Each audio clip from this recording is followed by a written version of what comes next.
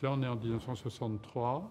Cette œuvre est très spectaculaire, inhabituelle, parce qu'en général, les papiers sont beaucoup plus petits. Je travaille avec l'encre, avec des grandes traces qui couvrent la surface et dont on voit le résultat avec des grandes brosses, ces petites fenêtres de gris ou de blanc.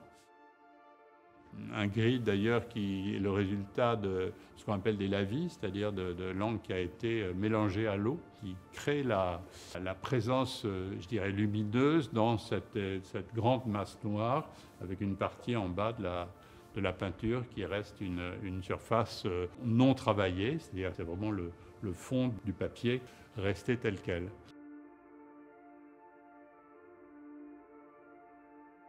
Un des derniers films qui a été fait, où il parle, il n'était pas loin d'avoir 100 ans. Le maître d'école demande « Est-ce que quelqu'un saurait me dessiner une machine à vapeur ?»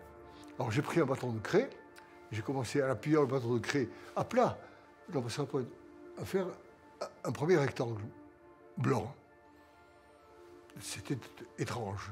Déjà, tout le monde était très étonné, le professeur le premier. Et puis j'ai fait un deuxième rectangle blanc qui collait accolé au premier, pour faire un...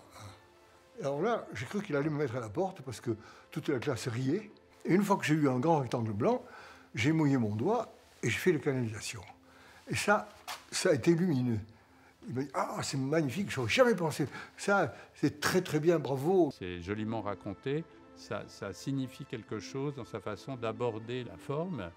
Les peintures sur papier, il ne peint pas des lignes, il peint des surfaces.